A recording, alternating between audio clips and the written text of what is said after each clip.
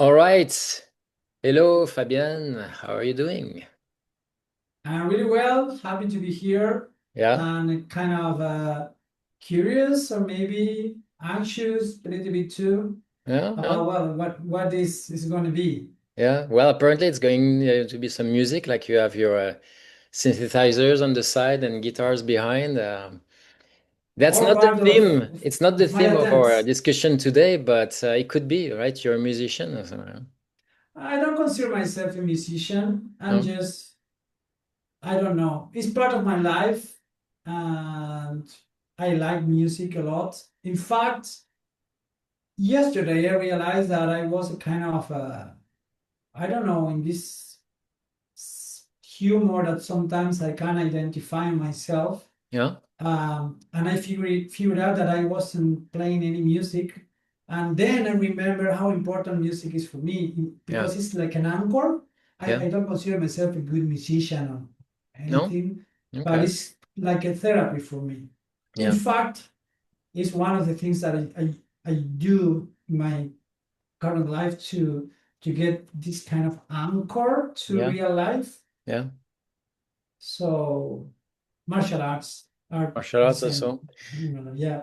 Well, it's interesting. I remember, I think I posted on Facebook many years ago, a time when we used to post things like that on Facebook, or we just used to go on Facebook. Uh, I think I remember one day I posted something like music is the. I just remembered that music is the solution to all problems, because it was one of those days when I don't remember how I was feeling exactly, but I put some music on and immediately that changed my mood, my spirits, and all. It's amazing how much impact it can have on the state of mind, connection. If you pick the right music, it can really change a lot. Maybe I could have like some music in the background now, or you could play some music at the same time. It would be nice. But yeah, I think I'm not prepared. you're Speaking not in English prepared. is too much, so Yeah. playing, no, thank you. Okay, I will okay. pass. Okay, another time maybe. So you mentioned martial arts. Yes, that's the topic I'd like to talk about today. Um, you and I have been talking about martial arts quite a lot over the years. We're both martial arts practitioners of different martial arts. I think if we combine what we've practiced, we get a pretty good list of different martial arts. But we share one, Wing Chun. Well, and we share that one, the Wing Chun, so, Yeah. over the past couple of years. And it's interesting because we started almost at the same time. And I think you are a little bit older in the a little practice. bit, a little bit. Yeah. And it was not coordinated. It was like, oh, you started Wing Chun? Yeah, I started Wing Chun. And we found both a lot in there that we thought applied to psychology, which is still our main interest and expertise.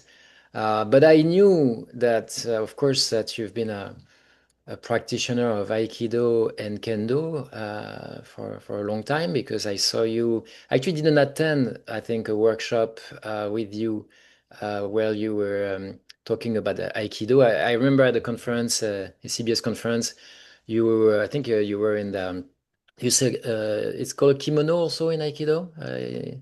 Gi, A gi, yeah, okay, like in kimono is the Jiu-Jitsu. more formal cloth. Okay. In practice is gi, Aikido gi, Kendo gi. Okay. In judo, at least in France, we used to just call it kimono. I learned the term gi with jiu-jitsu. But anyways, I think I saw you in a gi going to your workshop. I think I was with Scott, if I remember well. You were doing a With workshop. Scott and this guy from New York, and now I can't remember the name now, but he's a good friend too. But I have some problems with names. Yeah. Well, So, maybe you'll but we remember were at some point. three. Yeah, it was great workshop. I really enjoyed Really? it. Yeah. So yeah, I knew that. Marxisti. Ah, With yes, of Marxisti. course, Max Sisti. Yes, I know him too. Yeah, from the CBS New York community. Yeah, I forgot he was a practitioner too. So yeah, I knew that you had been a practitioner, and in Kendo, Kendo you practice at a pretty high level. Am I correct? You get competition and all?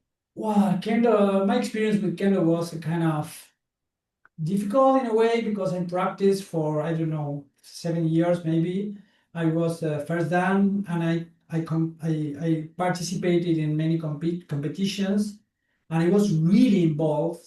But Okay. my last time practicing was a kind of frustrating Okay. with political stuff inside the association, Yeah. human things. Yeah. Yeah. Yeah. And then I just quitted in, and I just keep on practicing Aikido and Iaido And oh, you also with practice Iaido. with Oh, yeah. sport, yes. Yeah. Can you say And a little more then the difference between Kendo and Iaido? Kendo is competitive. It's like The combats. You have to it's actually. combat, Yeah. yes. Mm. Yeah. It's oriented to that. Hmm. And what's the name in English for esgrima? Hmm. Hmm. Do you remember the name? Esgrima? Eskrima? Esgrima. Esgrima. I don't know what's the name in English, but it's well, it's Fencing? could be maybe fencing, but Fencing. it's Yeah. the But you Japanese mean? version Yeah. of the Yeah. Occidental fencing. Yeah. Yeah. So In French, we call it escrime.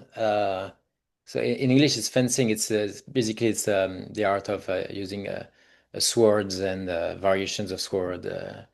Um, in combat, that's the In idea. combat, yeah, and you Yeah, practice, you actually have fights, of course, yeah. with protections. And in Kendo, you don't use an actual sword or katana, right? That's the right term. Yeah, Uh, you use the like a version made by with caña, I don't know, yeah, bamboo with the yeah, bamboo. bamboo, I think, yeah. Mm. And well, you have this sword and you have an armor Yeah, that is part of the yeah, combat. yeah, And the idea is that you are like doing like a recreation of samurai combats, yeah, and these really short combats. Maybe I can't remember the time, but maybe 5 minutes or okay, something like that. But that they're really intense. In yeah, fact, I remember that I finished all the combat really exhausted, oh, really? and it's really energetic and Okay, well, a lot of emotions yeah. going there in the combat. It's beautiful. I really loved it, and I think I am always dreaming that I come back to that world. Oh, really? It's really, yeah, it's beautiful. It's like you have to be all of you inside of the moment. It's Mm. impossible to be in other because it's really fast. It's Yeah, like that's the thing. I watched some videos, or even from samurai movies, and when you see that it's very, very calm, quiet still, and then suddenly there's an explosion of yeah, it's like an explosion. Yeah, yeah. exactly. So in that way, it's very, very intense. It's like you have both. You have the stillness and the calm and absolute calm, but you also have the absolute explosion and violence in the same sport. Whereas to some And there extent, you you have can a first principle. It's not the bat, it's an ant. say You that are again. calm. You have the first Oh, principle the here. first That is principle, the end and not the but. Yeah, you have to exactly both. because it's not that you are calm, but it's you Yeah, are yeah. calm and ready to explode Yes, in any yes. time. When you just see the space, it's like you are ready to I see. explode. So So it's it's like a always on readiness. the, you would say it's like being always on the edge, or does that, yeah? I think that's one of the things that you can train and cultivate with the years, with the pass of the time in Kendo, is this ability to be in this like edge, Yeah, yeah, yes, yeah, and always there, always it's like this readiness yeah. in a peaceful place at the same time. Mm-hmm, mm-hmm. This is it's really hard to describe, but I think you call it like an edge, and I think Yeah. that's the point. Yes. Yeah, it's something I found in different martial arts, especially those who are really oriented toward the combat, not like combat sports, but really more like self-defense combat, because there's always that component of protection and attack. And like in Wing Chun in particular, as you know, but those who listen may not be familiar, but the idea is that every move is a protection and an attack at the same time. And I remember one Exactly. time with my teacher, I was saying, "Ah, okay, so it's a 50% attack, 50%, no, it's like 100% attack, 100% defense." And it's At a, the same time. yeah, and exactly at the same time. I remember like, it really blew my mind because at first, I'm a reaction of how could it be 100% both? You can't because you have to give up some, right? It's like you fill a container with some milk and some something else, some water or something like that, and you're gonna have to give some space for it. But no, you have to be both. So that's the whole Exactly. idea of compressing both functions. It's very, very interesting. That gets you to that sense of paradox, edge, where you're always feeling a little bit of too much of this, too much of that, and until you find the right spot, the right place, the right process. How did you? See, I'm going ahead. I was gonna. Well, just one thing because I am Yeah, go ahead, go as ahead. part of, you said something interesting when you compare with the 50% coffee, 50% milk. In Yeah, Argentina, we some years ago we just go to a coffee shop and we ask for a café con leche. yeah, That is coffee and milk. That was the name of yeah, the. yeah, yeah. But today is a latte. Oh, yeah, it's combined It's now. not cafe and milk. It's latte. Well, Interesting. I The think name that's the has point. changed in that way Exactly. that's a good metaphor.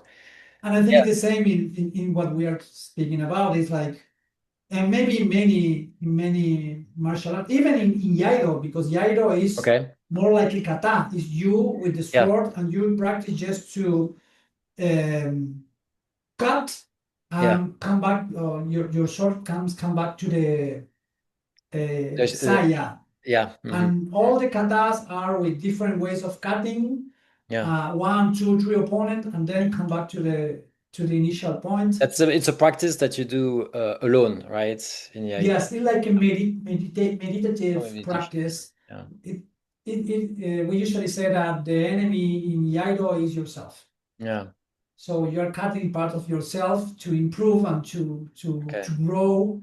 But even in that practice, the state of mind that you try to cultivate is the kind of edge, like Yeah. you are like in a real fight. Yeah, I see. And it So must be challenging because you have to there's a lot of visualization or at least imagination, right? When you're doing your the kata, you have to imagine that you have opponents, that there are things around, or else your moves are not going to be meaningful at all, right? You could end up moving your sword for no purpose. You have to. I can to speak about my process Okay, yeah, because it depends also on the sensei you have. okay, So when I started practicing Iaido, and it's more like learning to dance, learning the step to dance. hmm, I remember that, well, all the presentation and the explanation of my sensei were, okay, here you have this, and even including the students to recreate where was the origin of the kata, okay, and he usually just shows how we cut, now we kill the other one, now the other yeah, one was really real. And at the beginning, I remember I visualized the real fight when I yeah, was doing my movements. yeah, But with the pass of the time, it's like more organic. It's okay, like I wouldn't say that I imagine what I am doing. I okay, just do it, and it's like my body just recreates, and I can feel when am I cutting and when I'm not cutting. hmm, It's like more like a monistic yeah, I see. today. At Yeah, the yeah, beginning, I think it's more like recreation, more visual. But mm, today, I would say that I'm not doing that. It's more like the movement. hmm, But I remember that my sensei sometimes like gave us this cue that, well, when you practice, put in front of you a part of yourself that you don't want to be anymore. That's hmm, kind of cue. So it's more like a interesting. self-improvement practice. But it depends on your sensei. Can My you current say that sensei. again? Can you say it again and develop a little bit? When you practice, you need to put a part of yourself that you don't like, and what you imagine that it's that you're fighting that part of you. Is that the idea? You are That you're cutting coding? that part Ah, of yeah, you. I see. I see. And experience what you feel when you do that is really Mm, interesting. It was my sensei idea, but sometimes I use it and it was interesting. mm, It was like, well, challenging sometimes. yeah, Just choosing what part of yourself you are fighting with yeah. is really interesting sometimes. So it takes me to something I need to ask you, and we're gonna have a discussion in that's not linear is the spirit of this podcast. There are different things I'd like to explore, but uh, we will see where it goes. But you just touched on something that I think is it can be intriguing to people who are not familiar with martial arts. When we look at the comparisons between martial arts and the practice of psychotherapy, is that in some ways it seems completely on different with different purpose because martial arts is about fighting and psychotherapy is about helping. But I know I've heard you talk about the parallels, especially with Aikido and the meaning of Aikido, right? You say it's the way of, is that right? The way of love? Is that what you told me one time? Yeah. Yeah, it's the way of love So how do you, or the way of peace or the way too. of peace, which is feels also paradoxical, right? But it's not uncommon in martial arts, this whole idea that even though you're training to fight, the ultimate goal is to actually is not to fight. So you learn to use your sword so that you never have to use it. It can be very difficult for people to understand if they're not practitioners.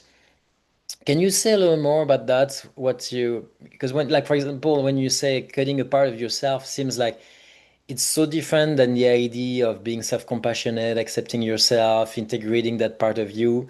How do you reconcile that? Is that something that you see compatible, that you've learned from that to your practice of psychotherapy? Go ahead, tell me a bit some of your thoughts on that. Well, the first thing I am thinking is that I just can't speak about my experience because even when I was practicing for many, many years, Aikido, I was practicing, I can't remember, maybe 26 years ago, I started my practice Okay, yeah. in Aikido. And well, but it's my experience, and I'm not really good at reading about or studying about. I just practice. You learn So from doing from and my interacting with practice. your It's all the teacher. contrary that I do with psychotherapy that I study, I do courses and all this stuff. Yeah, My way of doing this journey in martial arts was always like practicing with my yeah, interesting. sensei Yeah, and just giving my body yeah, the whole yeah. information. And I would say that in my experience, the name is a lot. It's martial arts. There Hmm. are many practices that are more martial, Hmm. but I think there are really different martial arts that emphasize much more the art or Yeah, the philosophy. yeah, Like it's not just the background of the practice, it's the yeah, practice itself. yeah. So it's like in psychotherapy, just doing techniques with the purpose of making them to function Uh-huh, uh-huh. or grounding your techniques in a philosophy that transforms the technique itself. I see. So Yeah.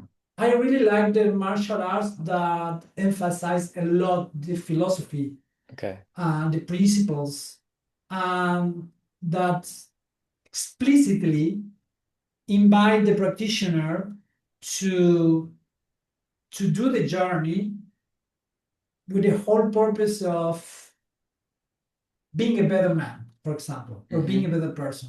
And Mm-hmm. then you can say, well, what is a better person about? Mm-hmm. At least in my experience, and you don't know, you're Yeah. discovering through the Yeah, journey. that's an interesting thing, right? It reminds me also of the art of improvisation when you have to start interacting, and then you kind of discover as in the process, the story unfolds as you do it. But if you keep wondering what the story is going to be, it's not improvisation. It's you're writing a story before. You have to take a leap of faith and then discover it. It's so, I mean, in all learning journeys are like that to some extent, except when they are very linear and there's a curriculum that says you're going to get to a certain point. And martial arts are like that to some extent because you have levels and skills, of course. But But for me, those things are excuses yeah, just to uh-huh, uh-huh, to put it like in more, I don't know, Occidental terms, or maybe uh-huh, just to give the practice some kind of organization. But for me, the wisdom is behind that. It's yeah, like, okay, you have this philosophy, and the more you practice, if you are open to practice that way, you Hmm. are like impregnating yourself in all Yeah. that Yeah. philosophy. So this spiritual side is in this integrative Hmm. experience Hmm. that is pure process. Yeah. Yeah. I I found that I think in probably pretty much all martial arts I practiced, perhaps a little more for some of them, there is an interesting process through which, as I acquire a higher level, it becomes less important to have a higher level. It's like the better you get at it, and the less it's about being good at it per se. I don't know how to explain it. It feels like it's like, yeah, I guess it's like sometimes you travel somewhere because you really feel like I need to see the world, I need to see it. But then you see it and you realize I didn't really have to go there. I have everything at home. But you had to go there to realize that. And it's not like you regret going there, but you learn something about home by traveling. And I find, again, in a way, it's something you can say about learning in general, but martial arts, I think there's also something about the motivation is it's not always the case, but it's of course often about learning to fight, learning to uh, For many protect, people, or yeah, of course it's the motivation of a lot of martial arts. But then as you practice it, it becomes less and less about that. It gives you often a lot of confidence to the point where like a lot of people will start martial arts thinking, well, that way I'll be able to fight with other people, to protect myself on the street and things like that. And then as they get really good at it, they become actually much less reactive to aggression or on the street. They will, like I found myself, for example, being much more relaxed and less. Ego triggered, like well, if someone but I have an analogy for you because yeah, go ahead, go ahead. I agree, but also I have my, I don't know if it is part of my regular complexity, but I sometimes think, okay, but this is what I feel. This is what I experience in my practice of martial art. I'm No, not sure if every practitioner of Aikido or Wing no. Chun feels the same. I'm not sure. And sometimes I do this analogy with psychedelics. Yeah, For yeah, example, mhm, my trip would be maybe about death, about life, about yeah. meaning of life, and maybe your trip will be about, I don't know, The your daughter, universe and universe. connecting and So yeah. Mm. that's for me, that's the No, it's really true. Yeah, magical stuff about martial arts because yeah, I'm not sure if the way we live, our practice is the way the yeah. martial art is No, you're right. intended to. Yeah. I'm not sure. No, I see what you mean. I see what you mean. I've often heard people say that for example, in France, uh, one of the popular martial arts combat sport is Muay Thai, box from Thailand. I practiced that when I was in France, and I continued in the US, and it was pretty common for young, often guys, could be women too, but often guys to learn Muay Thai to really learn to fight on the streets. And I've heard that it was often a motivation in Thailand too. It's relatively easy to learn Muay Thai, at least the basics, in comparison to other martial arts like Wing Chun. It's relatively simple. Of course, to be good at it, you need to practice and all, but it's much more accessible, and you can be fairly good. You learn to punch, you learn to kick, you learn to even use your elbows and knees and things like that. And yeah, it's pretty practical for to fight in the street. But often what would happen is that uh, young guys, because often like that, teenagers who would go through a training, if they persisted in training, I'm saying more than a few months. Those who left after a few months, yeah, they came to learn to fight. But those who stay longer, usually they become much more calm and they fight less on the street. They start to like the sports, they like the discipline, and they find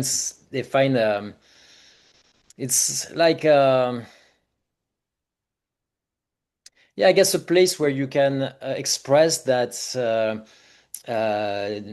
need to fight, or the experience of fighting, so that you don't have to do it somewhere else. But also, there is something about the ego. Have you experienced that also with kendo? Because there's that confrontation, like the Totally. how do you the ego gets I don't know if we should say dissolved, or at least released a bit through fighting. And it's paradoxical because there is a lot of ego in fighting, right? So can you It's say a bit all about about that ego. experience?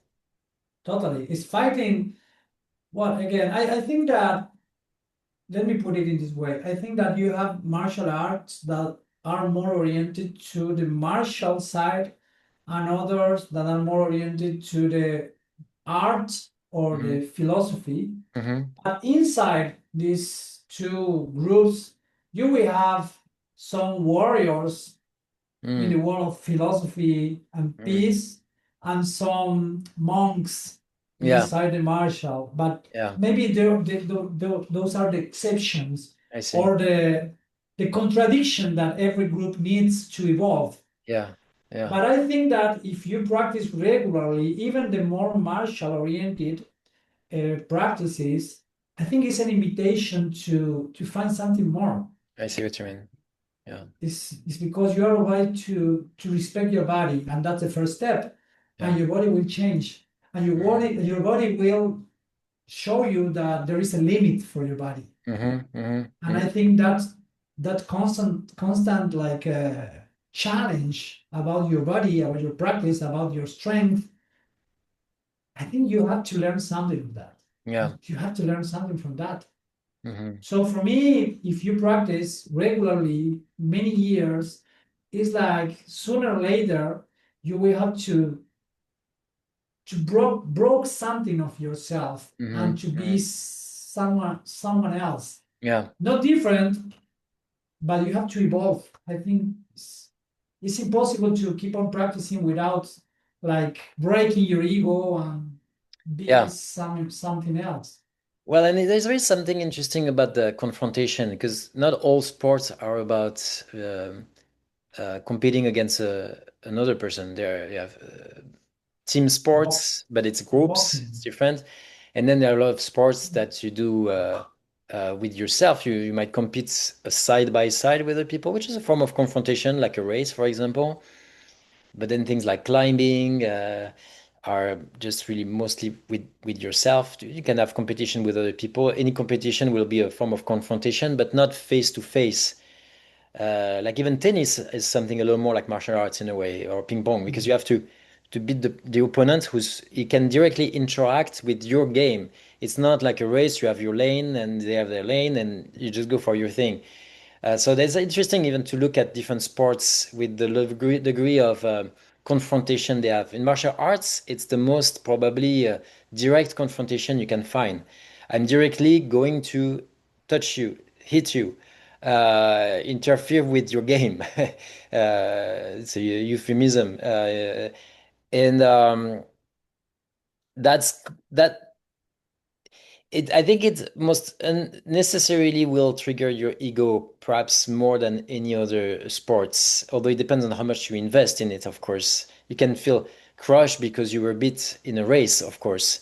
But when you're beat because you're on your butt, because someone kicked you, it there's something even more organic, even more essential about the idea that the other person was better than you and beat you. Uh, is that, can you say a few words about the experience you had with that, like competition, confrontation in Kendo? What was that like to win, to lose against an opponent? Was that something that was very important to you? Well, I have a question for you because you said, I like the way you put it. It's like you have many sports that are oriented to compete and are oriented to win, and maybe you lose. But for you, in your opinion, what martial arts includes or have that make them different from sports Hmm. in terms of competition, confrontation? For you, what is the plus?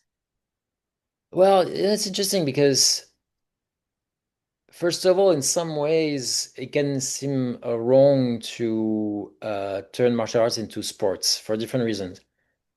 Uh, One reason is, and I think that's something that you often hear people who don't practice martial arts say, that it should not be a sport. You should not make it a game. Yeah, uh, I've heard people say that they don't understand boxing or even MMA because, like, how can you punch each other? You are hurting each other. You're hurting your brain. Everything that should not be. It should not be. Sports and even less um, something to entertain people. And but then there's also another reason is, and that comes more from the martial arts community, is that if you turn it into a sport, you will make it less effective because now you start to have rules. I was reading about kendo, and you can confirm it, but there are certain hits that are not allowed, for example, because they would be like I think they removed the possibility of hitting on the chest, if I'm correct, or something like that, because In then for Kendo, those who have a guard above their head, it would be too easy to be touched. So then that makes the competition less interesting. In judo, they removed the possibility of grabbing legs about 15 years ago, something like that, because they wanted to differentiate the sports more from wrestling, especially for the Olympic Games. But that's terrible if you think about it from a martial perspective. Like, why would you remove something that is so effective, so important in order to beat your opponent? If you cannot okay, take but legs, you have rules, maybe you have different, rules, but the but rules are they usually driven for two reasons. One, very much understandable, it's safety. If you don't have if you let people do things that are too dangerous, then you can do that. You cannot practice that as a sport. The other one is understandable, but a little more problematic from a martial perspective. It's like it will be less entertaining to watch. So, for example, they will separate in Muay Thai, for example, there you have the clinch. So there's some grappling, but you cannot stay in that phase of combat for too long because then the public is not gonna like it. They came to see people kick and punch each other. They also like the clinch to some extent because that's where you can use your knees, your elbows, and and even throws. They're interesting, but not for too long. In boxing, of course, there's some form of wrestling a little bit, so you can clinch a little bit, but not for too long. And that's only for the spectacle. It's only for the show, and to remain within a set of rules. So it's interesting because when you think of martial arts as a sport, it's almost like, yeah, perhaps it should not be a sport at all because it's not going to be good for martial arts. It tends to make the martial arts evolve in a way that's less and less what it was made for and less effective. Um, what do you think of that? I am thinking, and I have another question for you. Well, for you, what's the main difference between the martial part of the martial art and combat sports? Um, Good question. Well, I think the rules, I think it's perhaps the main thing. You know, when it's a sport, you have rules, and what you want is win over your opponents. In martial arts, the goal is to survive. It's not to win. If you're Well, able to I have avoid the something fight, there. if you're able to avoid the fight, if you can break the fight as soon as you can leave the fight, you should try to take the opportunity. I mean, it depends on the context, of course, but the idea is not to win over your opponent as much as it is to stay alive. Well, That makes that's your a good decision point. process quite different often. And I have an answer for your first question about, well, this bridge between martial arts and psychotherapy. When I Yeah, say, okay, I am cutting a part of myself, yeah, yeah, and you say, okay, that is not really yeah. compassionate about, but it is because for me, my opinion, and you put it really clear, well, what is the difference between martial art and sport, combat sport? is about surviving, and it's okay. But I would say, in my opinion, and it's more oriented with the art Yeah. part of the martial art. For me, what martial art gives me is a contextual platform Hmm. to find meaning when I win and when I lose. Ah, And this meaning is something about how can I grow from that? yeah, yeah. At least the way I practice martial art, and maybe it's the way I do many things like music, is Mm. just an excuse to learn a little bit more about how to evolve as a human being. Yeah. And I think Aikido, if it is practiced respecting the principles of Morihei Shiba, Mm. it's all about that.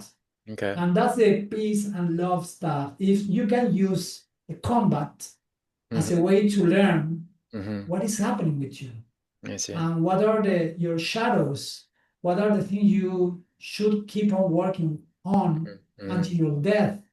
So, in my opinion, the martial arts, maybe not everyone, but I would expect that every martial art that calls itself martial arts Hmm. should give the practitioner this kind of principles to Hmm. learn when you win, when you lose, Yeah. when you are frustrated, when you think you are the worst practitioner in the world, when you are old and you feel that your body is not working as usual, it's like you can learn from that Hmm. because you have these principles. And the Yeah. principles, in my opinion, are about maybe some are implicit, but are about integration, communication, Yeah. connection, Yeah. respect to the other Yeah. people, Yeah. in equity. Equity is a word, yes, equity. Yeah. Yeah. Hmm. Uh, that's my way, and maybe I am is my way of practicing. Yeah. No, no, But I am sure if I I practice mean, boxing, I will find the same because it's my way of practicing. yeah, yeah, yeah, and you can apply the principles of martial arts and values, I think, to other sports. If you decide to start practicing tennis like that, you'll find it too, but it's less in the culture. Uh, So when I started judo, I was a kid. There's a whole context. You have a picture of the master that's in the room. You have not your current teacher, but the ancestor, and you have often a set of values that are listed maybe on a poster and are referred to. That's not something that's as common if you go practice tennis or volleyball. Of course, there can be values and. It depends on the school, it depends on the coach. It's of course still pretty common, but it might depend. It might vary a lot also depending on where you learn. Whereas the set of values are often defined inside the martial arts. You go anywhere in the world and you practice Aikido, there can be variation, but you probably will find a similar concept at the core, similar philosophy, right?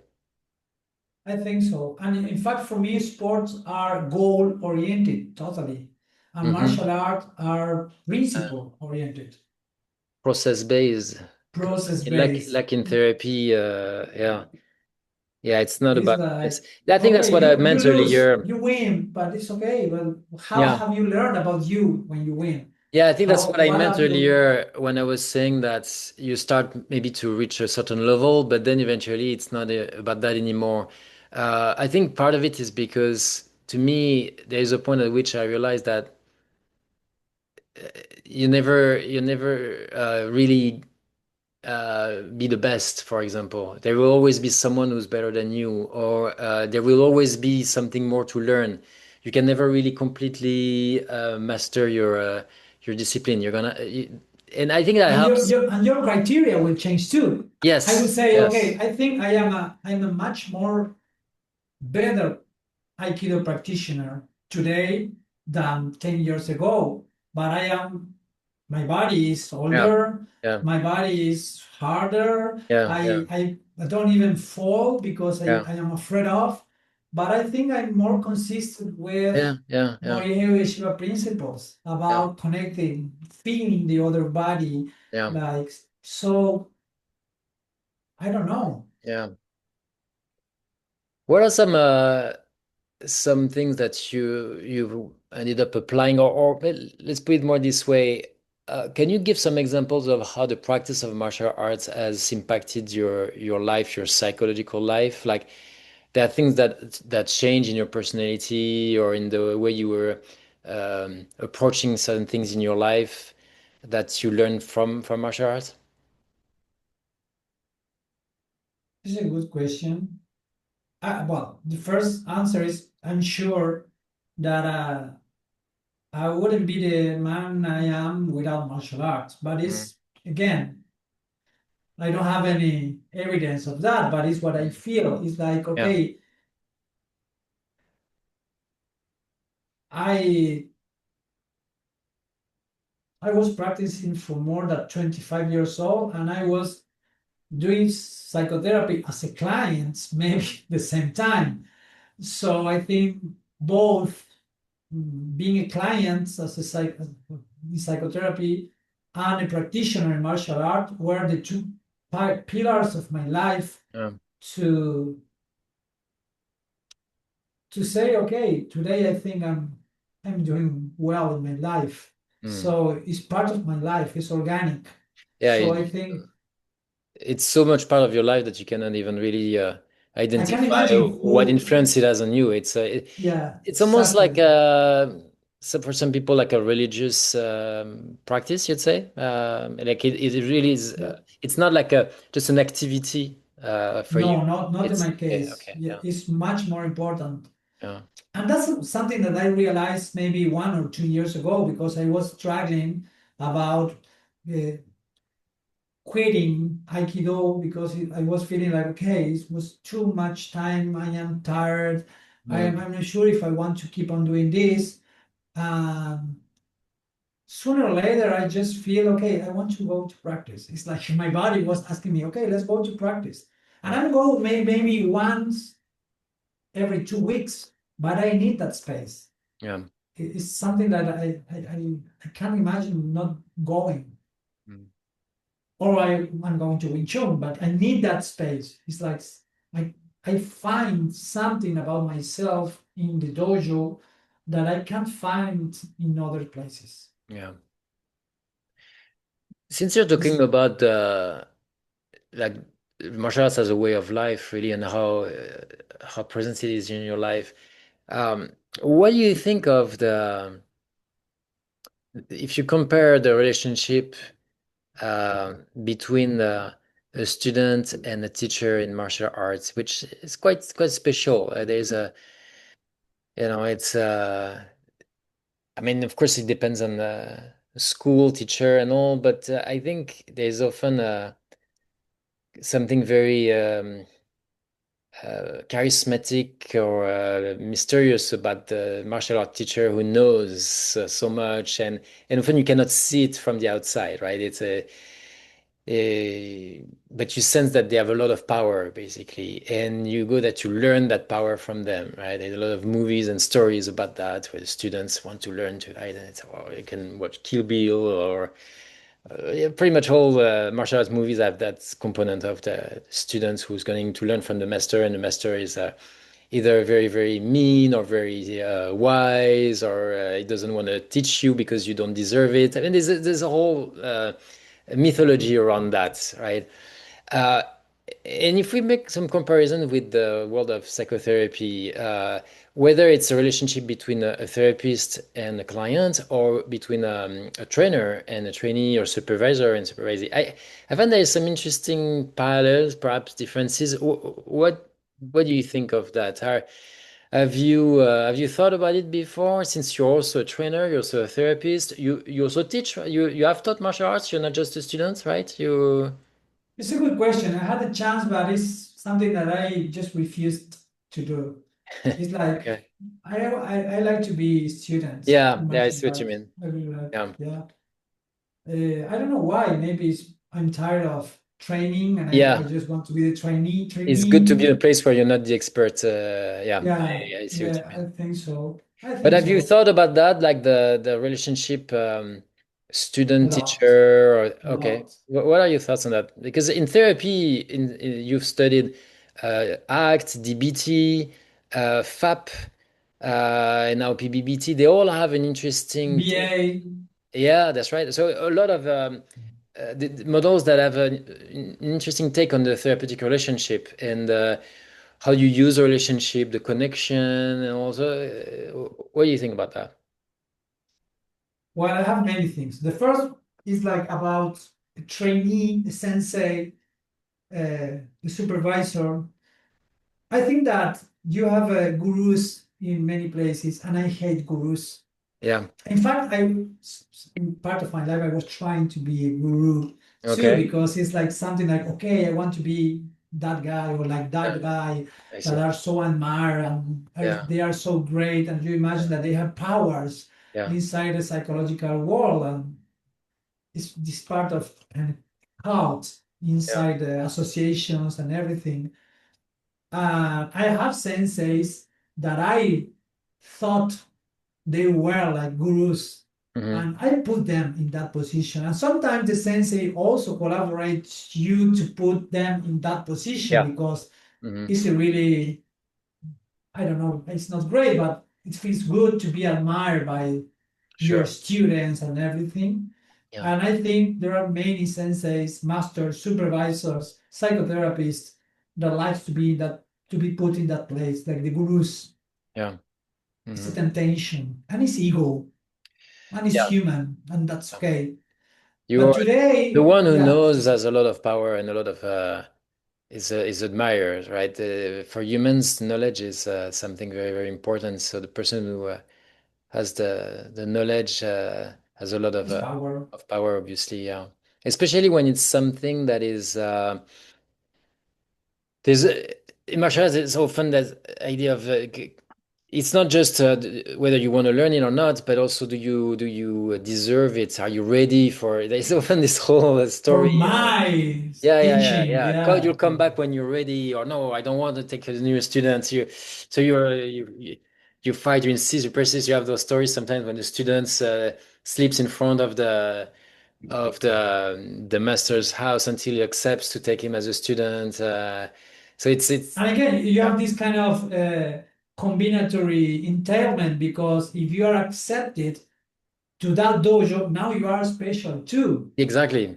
Yeah. So I was accepted as part Mm, of the community. mm. So it's like now I can be proud of myself. Yeah, yeah. And I hate that And you game. hate that, yeah. I Did hate that you game. did And you I was part always of that. did you always hate that? Or you said you at the No. beginning you kind of were like that? Yes, because I was like a good victim for that. It's like, because my history, I was trying to be special, I was trying to be someone, I was trying to be accepted. Yeah, And so it was a really easy to catch to that things, not just in martial arts, but also in psychology, yeah, in our world. I won't say no, now I am better, now another guy, because he's human. But I would say that today I don't like that. I don't like that people. It's like I have this kind of, I don't know, like rejection when I have the possibility to know someone with this characteristic, like charismatic or yeah, like a mm, leader. yeah, And in fact, my current senseis, my shifu in Wing Chun and my sensei in Aikido, they are really, really regular human yeah, guys, mm, really humble. One is sometimes is work my home, like fixing hmm, electricity and that kind. Is a really good guy. He's my friend. And Wichun Shifu is like a comedian. Is hmm, that you laugh the whole class, and I love that. And yeah. they are really, really good senseis. So So very accessible, very humble, down to earth. Uh, Yeah, and I think it's like psychotherapy. You will find many kind of psychotherapists, supervisors, and maybe you will work with someone that reflects in a way what you are looking for. Yeah. Today, I am looking for fun, Hmm. for simplicity, for genuinity, Yeah. for equality, and I have two great senses in that way. Yeah. Have you Um, have you experienced in your psychotherapy journey as a learner through the different communities that that you were part of, again, FAP, AG, DBT, and so on. Um, have you, so I'm not asking you, like to points to people's in particular. It's really more like your own experience. Sometimes it's a matter of how we receive things. Like I remember when I totally. joined the ag community, I was sometimes cautious and reactive to certain things that I found were too manipulative or too uh, pressuring. Like I'll give you a concrete example. The first ACT workshops I did, there was like that thing. I don't know if it's still practiced anymore, but it was a pretty common thing to end a workshop with like a commitment, valued commitment, and you would do it by standing and saying it to the rest of the group. I didn't like that at all. Because to me, it felt like it was supposedly for yourself, but then in fact, it was using the social pressure, implicit social pressure to get you to do it. And I felt unnecessary and distracting from the intrinsic reinforcement. Now, uh, I can see, part of it is because of my own history reacting to that kind of thing too. You could also make the case that it's not that big of a deal, and that after all, we're social animals and we're constantly kind of checking on each other and holding each other accountable. And that would I actually do what I do every day if I was not like some people around who were telling me, perhaps it's not as bad as it seems. So I'm not. My question is not about saying, oh, well, what bad things did you find in the different communities, but what are the things that you experienced personally that um, you you could say it this way, like you grew from, like, oh yeah, at some point, like you said, at some point I wanted to be a guru and all, but then I moved away from that. In the world of psychotherapy, were there certain things, and in fact, it's more like the more than the what specifically, what are the kind of dynamics that you found uh, that were for you not in line with the values that we're talking about here, more in terms of autonomy and growing as a person? Am I making sense? Or Totally, but it's hard to answer that because again, you put it. It's like I'm not sure if it's about the community or it's about the way I was living yeah, inside the community. yeah, So I don't know. I can't just describe my experience. I remember when I first know the whole world about contextual behavioral therapies, and I was really surprised because the community. yeah, And for the first time, I felt, okay, I am accepted.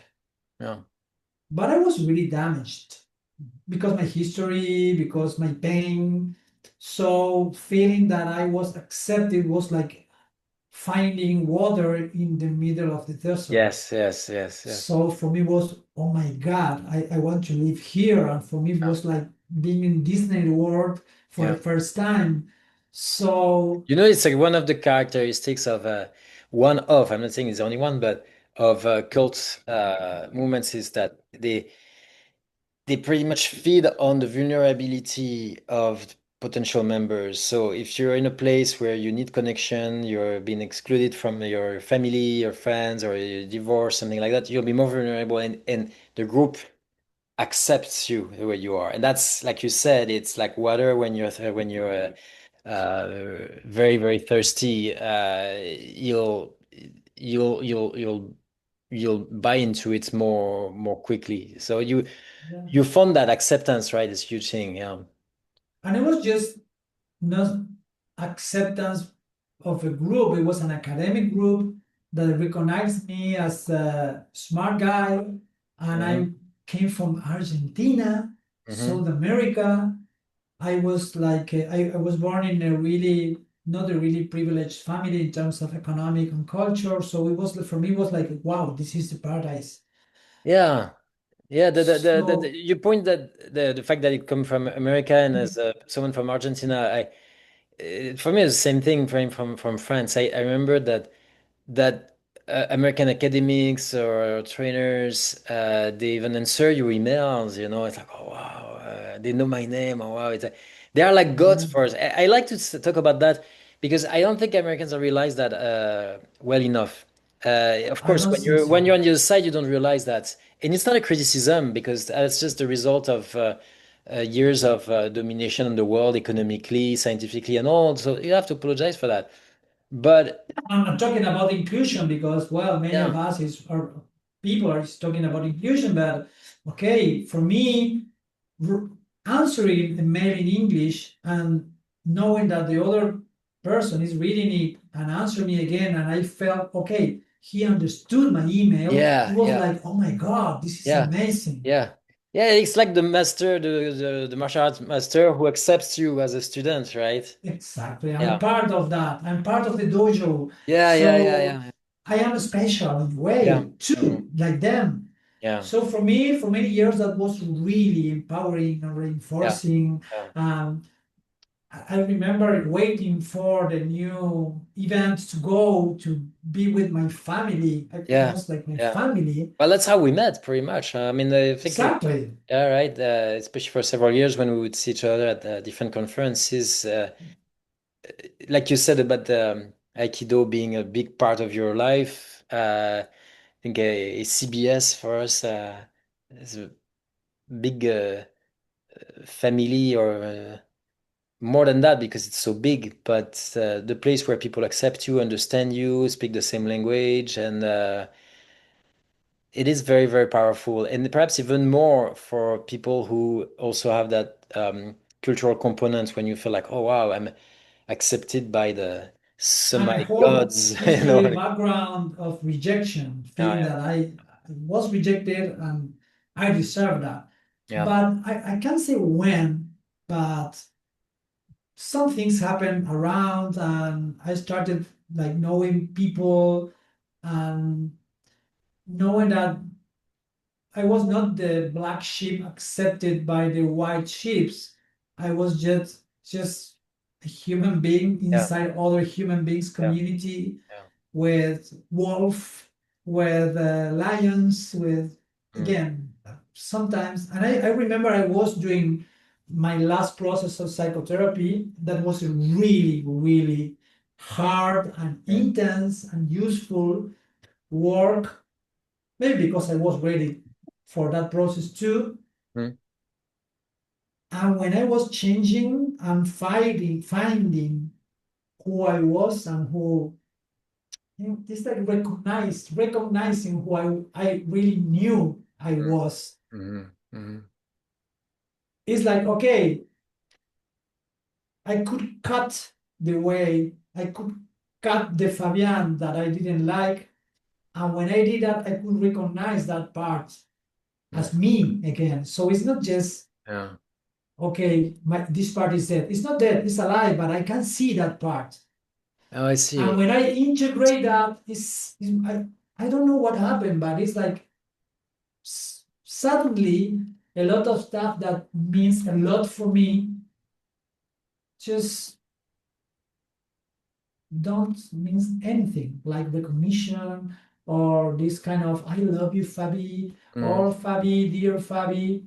It's like suddenly I don't care. I just care my daughter saying that or a friend mm, or a beer with a friend. It's like I don't know what happened, but it was like this kind of okay, I feel like a new guy, a new man doing the same mm. stuff.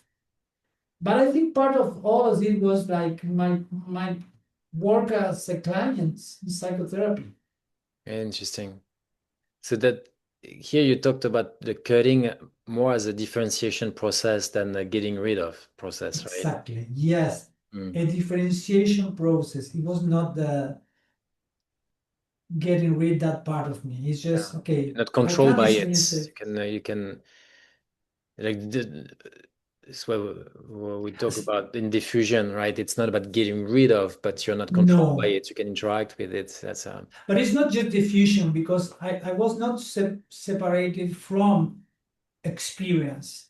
uh-huh. I was separated from me there. Yeah, okay. And I remember it's interesting Yeah. because now I am remembering something interesting. I remember an intervention of my last psychotherapist who says, okay, Fabi, uh, the only possibility to change is recognizing all the corpses you left behind you. Okay. And I remember I had the image of myself with a sword in my Uh, hand Interesting. when she says that. Uh-huh. So cutting someone or cutting part of yourself for me is like, okay, I am differentiating myself from that, but I know I am there too. Mm, mm, So it's totally about integration. It's yeah. not Yeah. about separation. It's not about not recognizing yourself on that. Yeah, there's And always yeah, this though, is really interesting in that way for me. okay, yeah, I see. It's interesting paradox. You cannot um you cannot connect if you're not differentiated because there's nothing to connect with, but you cannot differentiate without connecting because to differentiate you have to have a relationship with. It's not even differentiated, it just doesn't exist. Like I And know you, you are you, you you, cannot evolve if you you cannot don't evolve. Yeah. Mm, differentiate mhm, with yourself. mhm. You need that. It's something that I really appreciated in the ACBS community because we were talking about the effect it had to get in the community, to be accepted, to feel like part of the great people and all, and in some ways can feel like it has the some similarities with the cult, but it's definitely not a cult to me. It definitely doesn't meet the definition if you look at the typical criteria. But it's interesting to recognize that there can be some flavor of it. It's always, I think, a good thing to recognize that. But definitely not the case. And why? Because, for example, what you said about you were not a black sheep among white sheeps. I think that's quite well modeled also by the even the leaders of the community. If you think of Steve, Kelly, pretty much every trainer, author in the ag community has, I think, modeled being imperfect and talking about their flaws and their vulnerabilities. Now, it's tricky because it can also become a way of see you smile. Of course, And you not see, a, he's amazing. He's so yeah, it's imperfect. yeah. Function is tricky because it can become a manipulation technique. Of course, at some point it really felt, and I saw it for myself too. At the beginning, not at all into self-disclosure, not because I was not part of the culture of the CBT behavior analysis where I was coming from. It was more of a separation between client and therapist. A lot of transparency but more in the teacher student. I teach you what I know, but it's not about me. And then when I started to get into the ACT FAB community, I saw this whole thing about self-disclosing, letting yourself have some emotions too. And that didn't really feel okay to me at first, but functionally it made sense. I remember reading the first Fab book and really having like those insights, realizing, of course, that is really very, very behavioral actually. Um, because you're looking at the function of behaviors, not the topography. So why would you arbitrarily make certain practices not okay if they are actually helpful and functional and all? Uh, and then I went to trainings, and yeah, I could see or talk with other practitioners and students, and there's that spirit of sharing, like in workshops, you share experiences with other participants, a lot of self-disclosure, and it feels really good to be able to connect with people and let people see you and you see people. But then it can become a performance, a technique. You even if you don't do it intentionally, you know at some level that if you start a workshop and you say, "I'm feeling nervous because I'm in front of a whole audience," and you know that people are going to be kinder with you, they are going to like you because you're bold, you're taking a risk. Which in fact is not a risk anymore because it's so expected. The risk would be to not do that at some point, right? Totally. It's part of the dance. You have to say, okay, Exactly. I'm Yeah. nervous and feel Yeah. vulnerable. But it's a constant change. It's like fashion, you know. If you think that you have the right color and you don't have to change, well, if you care about fashion, next year is going to be a different color. So it's the same thing here. If you want to be authentic, you cannot just copy the technique and say, "Oh, I'm gonna self-disclose," or in the first picture I will use in my slideshow will be a picture of me as a kid, and I'll tell the story about how things were very hard for me when I was a kid or something like that. Because actually, it's a very power move if you do that at some point. Since you know that people are all going to say, "Oh, wow, that must be hard. That was very bold of you to do that." In fact, it makes things very easy until it's not anymore because people think that you're actually using. I kind of like that in a way. It's like you can't ever really completely manipulate your audience. That makes me want to go back to martial arts. I get a lot of back and forth there in the way martial arts can be disseminated. You know, it's a funny thing now with the videos on YouTube and things like that. You see things that can be really hilarious when you see a martial arts teacher doing a demonstration, and it's obviously it's exactly you're just barely touching, yeah, the students is falling. You have sometimes a 10 Well, but that's students. amazing. I always Yeah. think, okay, what is happening with the Yeah, students? exactly. Not Do him. they know what they're doing? Are they doing it to please the teacher? Do they believe in their thing? But there's some similarity, I think, with the in the world of psychotherapy where, like, for example, demonstrations in workshops. It's very similar to demonstration in martial arts. Totally great Go example. ahead, go ahead. I Yeah, will say, but since you, totally. It's impossible for a trainer not to be great yes, doing a role play because the clients are really, really sweet. yeah, right. Even if they're very It's like difficult, by the end of the 10 minutes of a role play, their life has it's changed. crying and say, well, thank you, my life is Yeah, it's like has the student who changed. falls, right? When you barely touch them, it's like, yeah. Oh, that was very powerful, at the end of a role play. Wow. I won't say names, but I had the chance to assist at least 2 or 3 workshops where really big names Uh-huh. had a client, difficult Yeah, client, yeah. on purpose because I could see that the client was like testing the Being difficult, trainer, yeah, yeah. and it was really, really intense Uh-huh. moments Uh-huh. because in all the situation, the trainer became really angry. It became what? Very angry. Yeah. Angry, yeah. I think to me that's always the test. Can you actually do it when it's not scripted and planned, when you're not in control? Because it's a When thing you too. are a really comeback there, when you have Yeah, a real punch, a real exactly, kick, exactly. The realism is, I think, is what we have in common there. We don't want to learn techniques that are not going to work, are working only in workshops and in demonstrations. Um, when your opponent or partner in a role play, if it's therapy, is giving you what you need, and you have the same thing with martial arts where I don't know if that's something that you found too, but in the different martial arts I've practiced, it's a recurring issue. The teachers who don't practice, or don't practice anymore.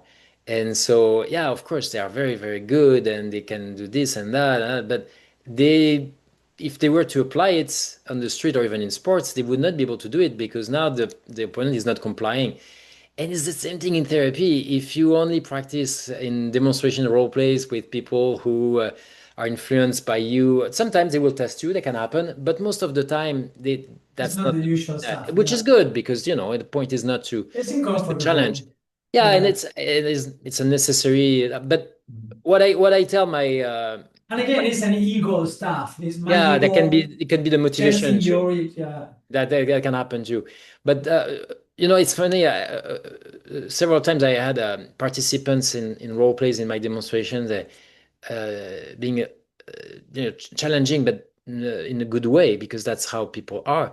And the participant would apologize. Oh, sorry, I was difficult, but that's because the client was like that. Or sorry, I hope I was not too. I always say no, thank you, thank you. That's what I want. I want the real stuff. I know I because I don't was care a about doing student. I something. know. Yeah, I don't yeah. care about doing something amazing. I have 10 minutes. What do you think I was gonna do? Like fix the person's life? That's not. I mean, it can happen. It's almost never the case, but I'm not saying it cannot happen that you have a big insight sometimes in a few minutes. But that's not the goal. That's not the point. You don't want to demonstrate your psychotherapy approach in a role play of 10, 15 minutes with the goal of changing someone's life. I think I saw that too much in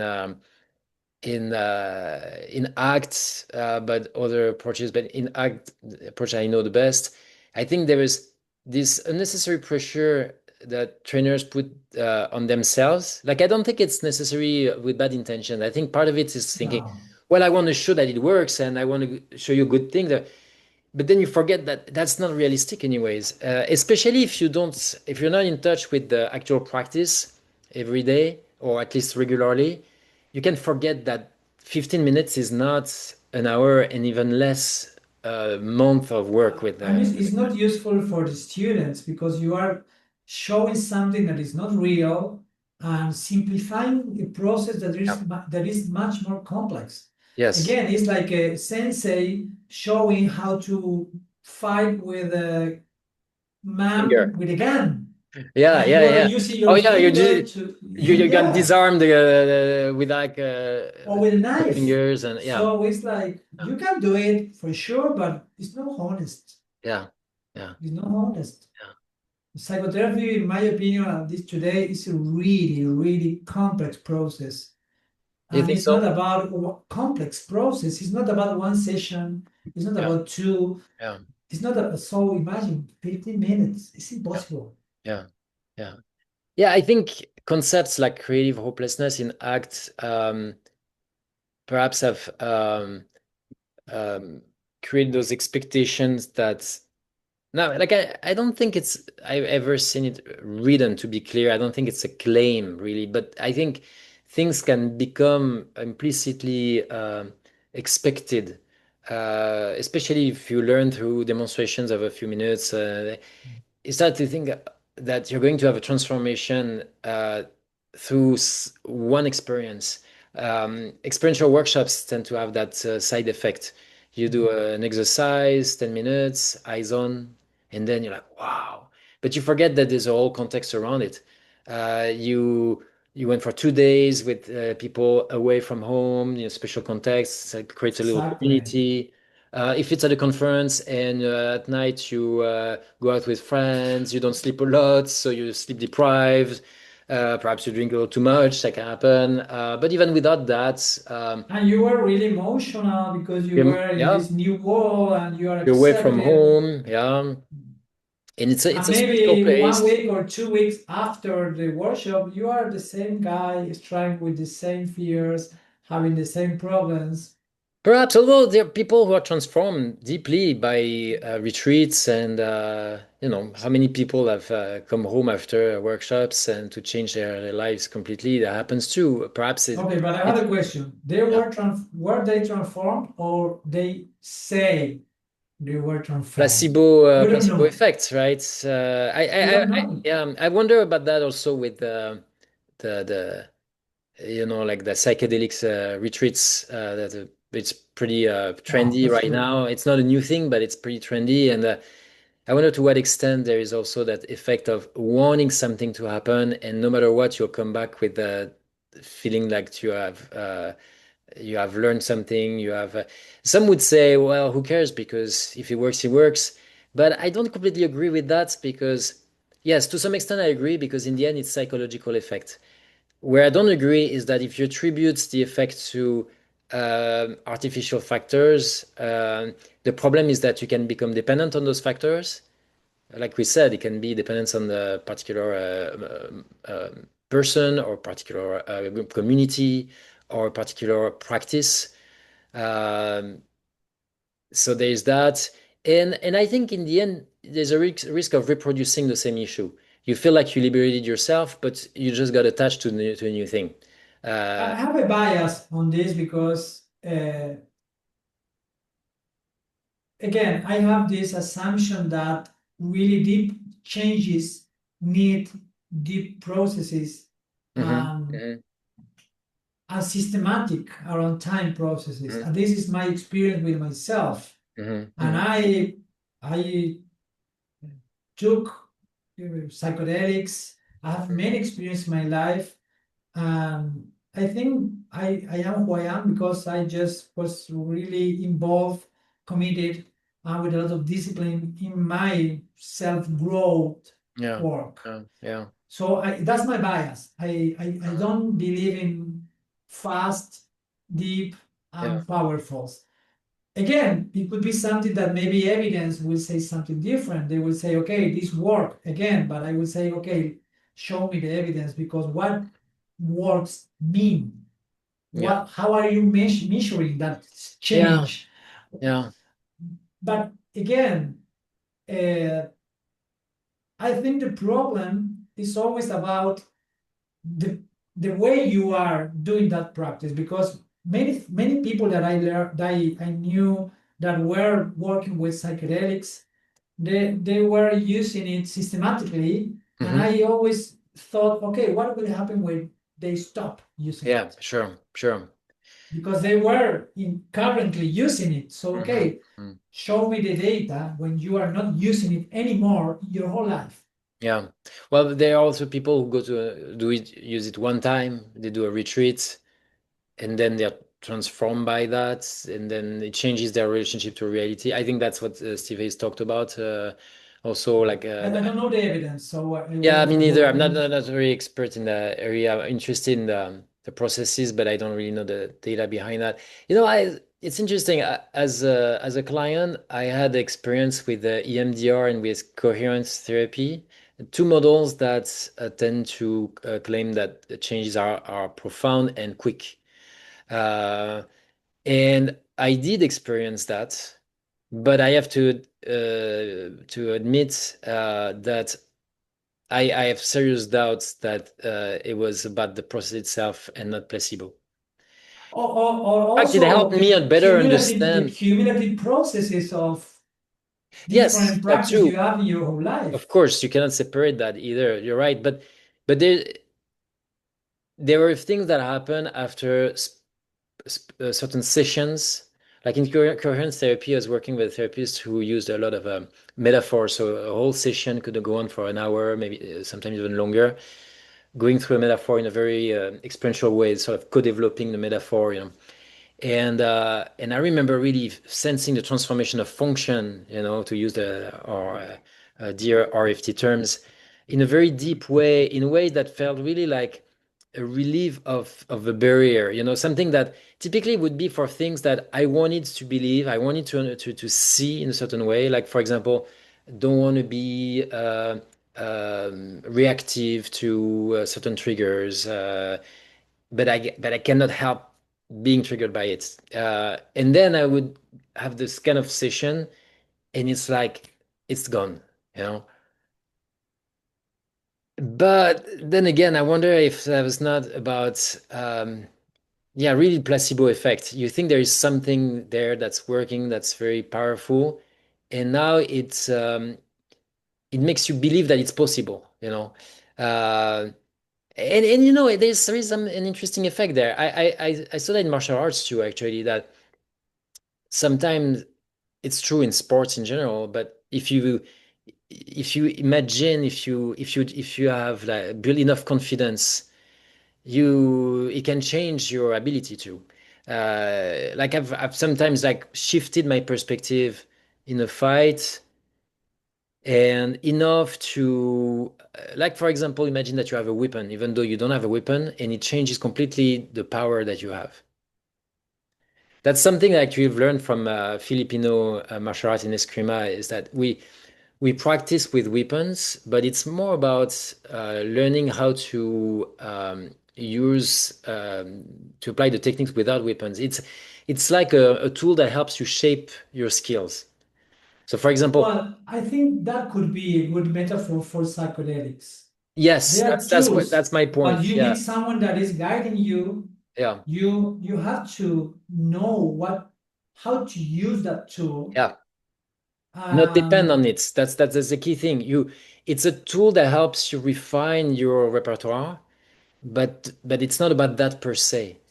Uh, exactly. like for example, if I ask you to make this move here, you're gonna do it in a certain way, but probably I'm going to ask you to do it again until it's perfect, and I'm still gonna say, well, that's not what I mean. But if as soon as I say, imagine you have a hammer in your hand and that you're hammering something, then you're going to do it exactly like I want because I use the right tool in fact just in imagination. So I remember sometime in fights just imagining that I had a knife in my hand and I would still punch because I was boxing, for example, something like that. But thinking that I had a knife gives you a lot of it's psychological power, so to speak, but it also shapes the way you move. You move differently if you think that you have a weapon. I think of those, even in a way, sometimes I wonder if psychotherapy models are not like that, or, like a metaphor, an exercise, or a particular concept, schemas, things like that. They help you take a new perspective on something that, in a way, you already know, but you don't have the confidence enough to completely believe it.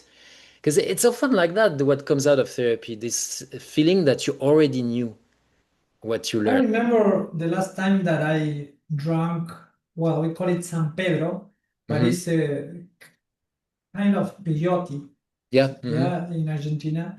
And one of the more powerful experiences I had was this kind of this fragmentation of my body. I Okay. remember still that it was really organic.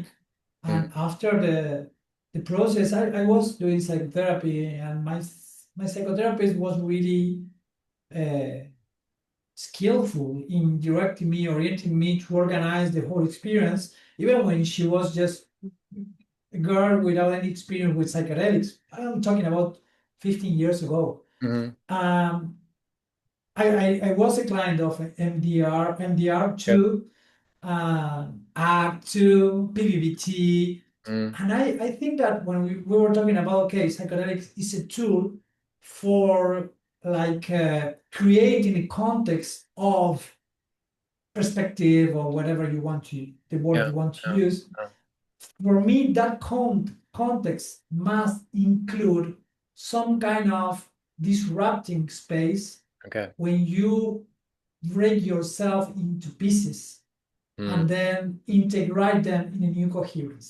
Yeah. For me, that's the whole process. Well, in Yeah. fact, I am working with identity problems right now. Hmm. Is what I really like to work with, and it's self-oriented therapy.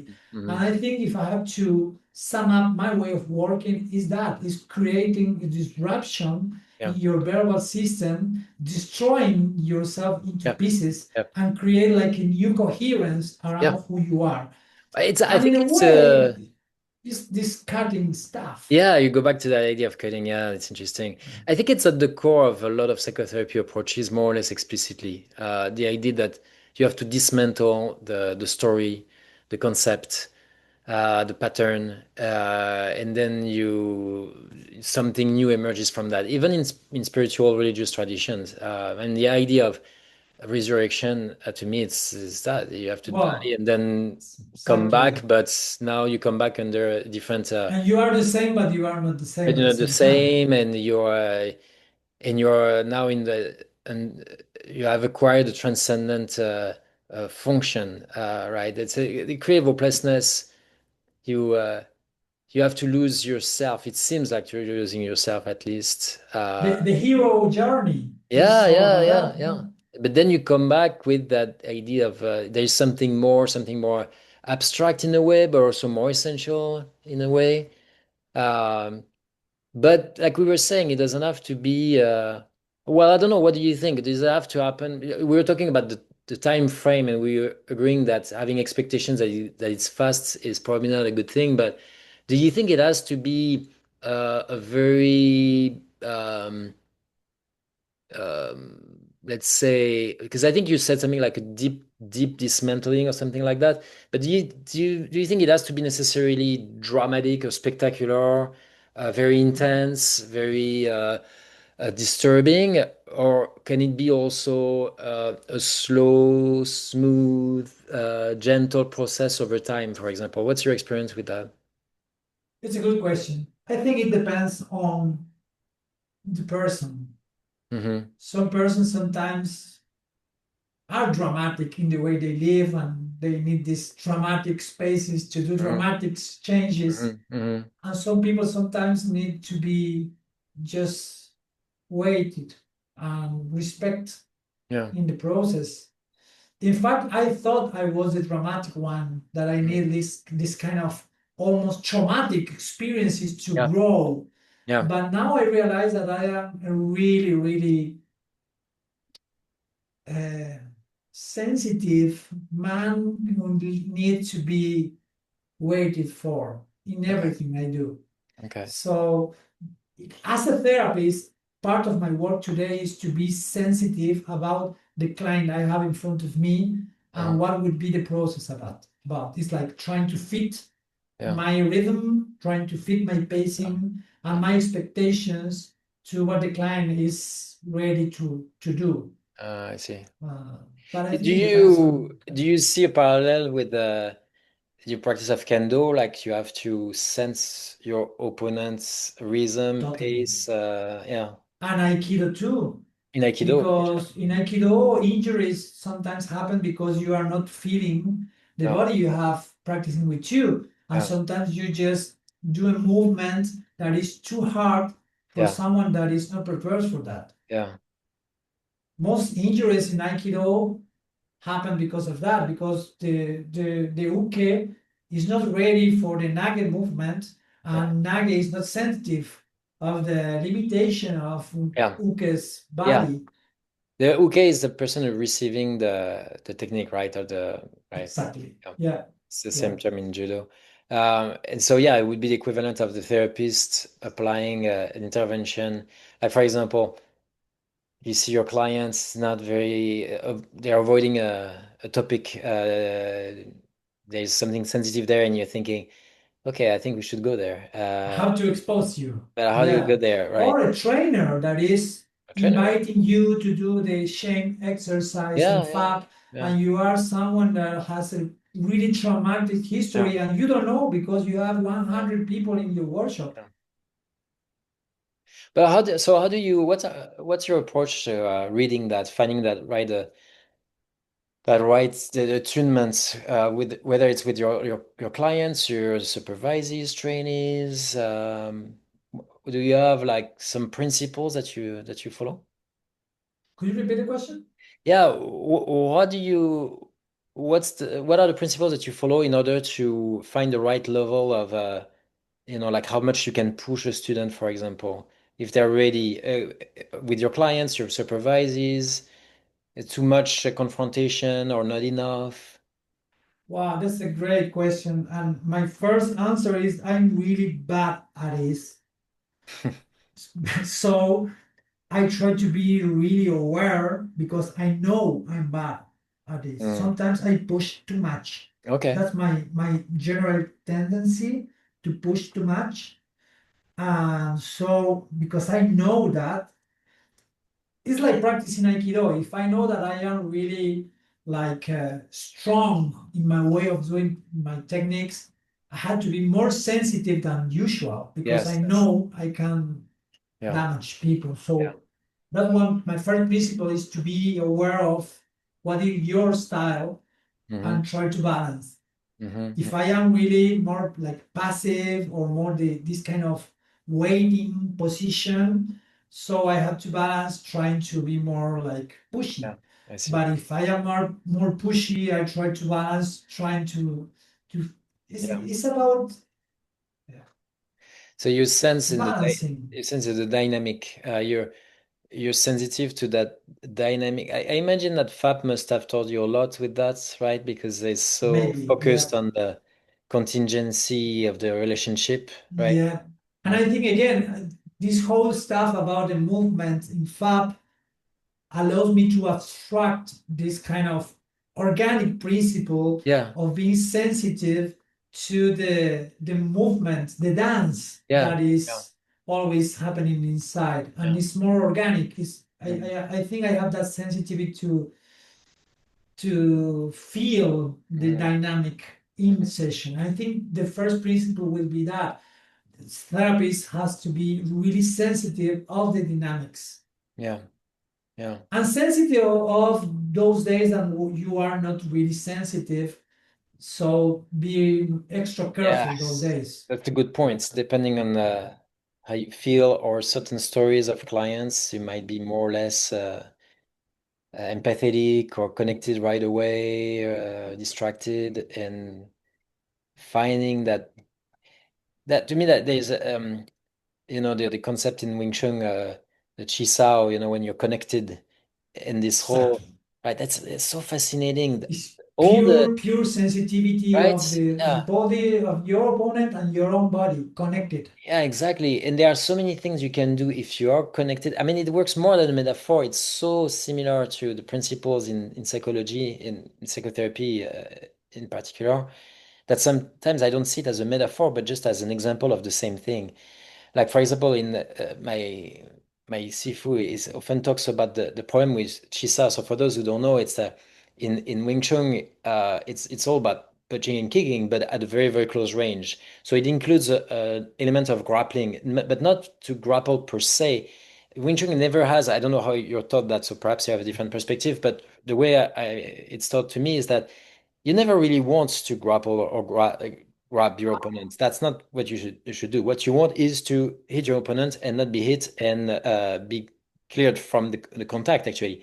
But it's going to happen because you're in a close range. So very likely there's going to be some level of contact and maybe even grappling. So what do you do then?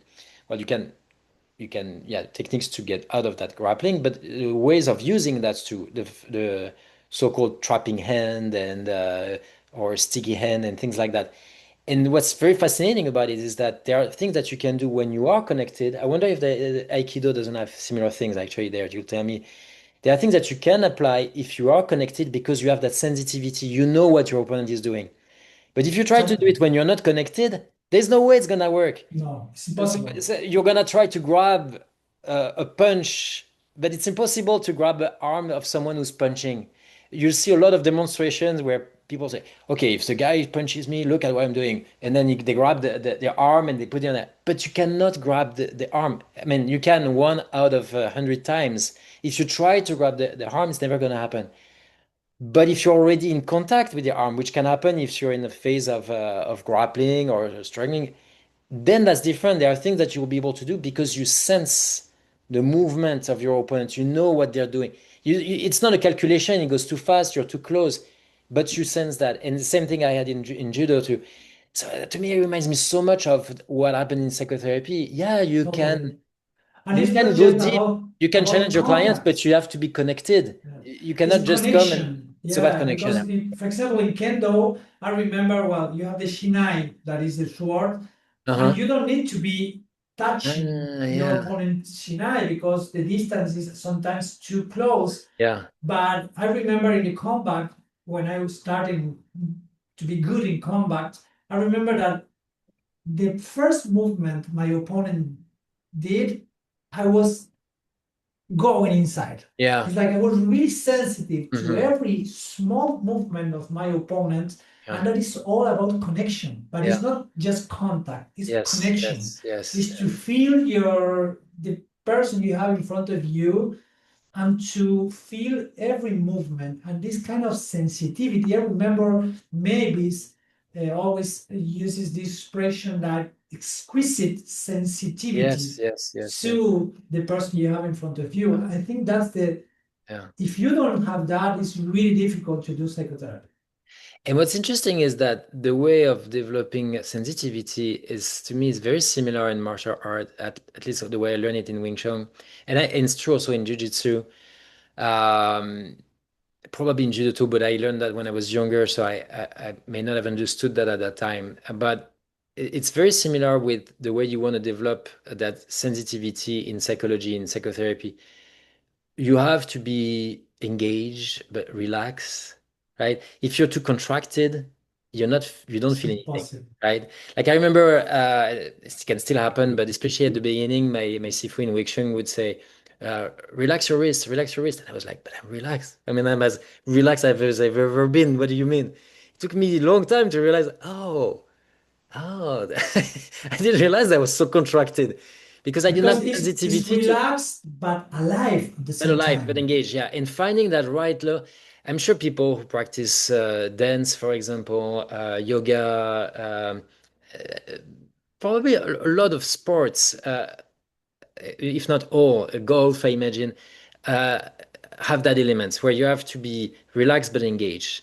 I'm pretty sure all sports are better practiced if you are relaxed and engaged. So it's not Totally. special to martial arts, but I learned it through martial arts. And Wing Chun had this particularity of being extremely demanding because it's the range is so close. It's like the quantum mechanics, for what I know, is that it's so precise that it's not tolerant to to imperfection, and that's what's really great about it. It's also the problem. You have to be really really good to make it work, but it's that's where I learned that like the sensitivity exists in say in Muay Thai in the clinch because you're moving also, but it's not as fine.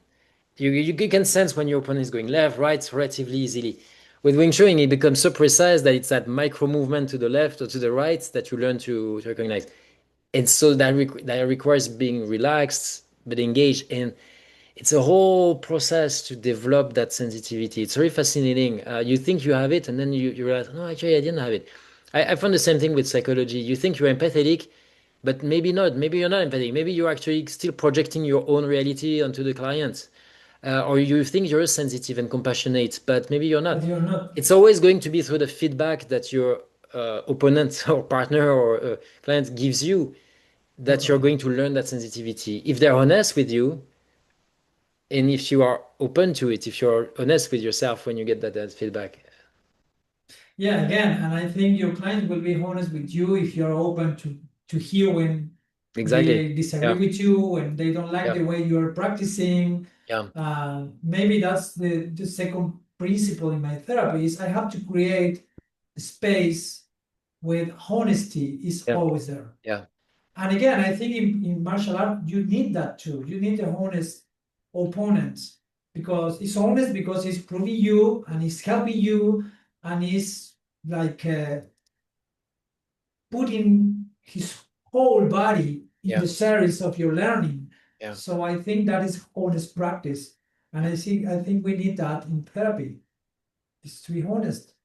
I like that. I like that. Well, I think that's perhaps a good place to stop. I feel like this last thought on honesty is a nice thought to for conclusion of this discussion, which for us is going to be just a chapter in our future discussions. I hope, but for this podcast, the end of an episode. Thank you very much, Fabian. It was great. You know, as always, when I do this podcast, I have a topic in mind and a couple of questions, but it's all about the dynamic, just like what we were saying. And I really enjoyed the exploration of this topic of cool insights. And I'm sure that people will be interested in hearing about that. So uh, thank It you for that. was great for me. Thank you very much for the invitation. I think, well, I really love the topic because it's something that just live, and sometimes I don't have many questions about the Yeah. process.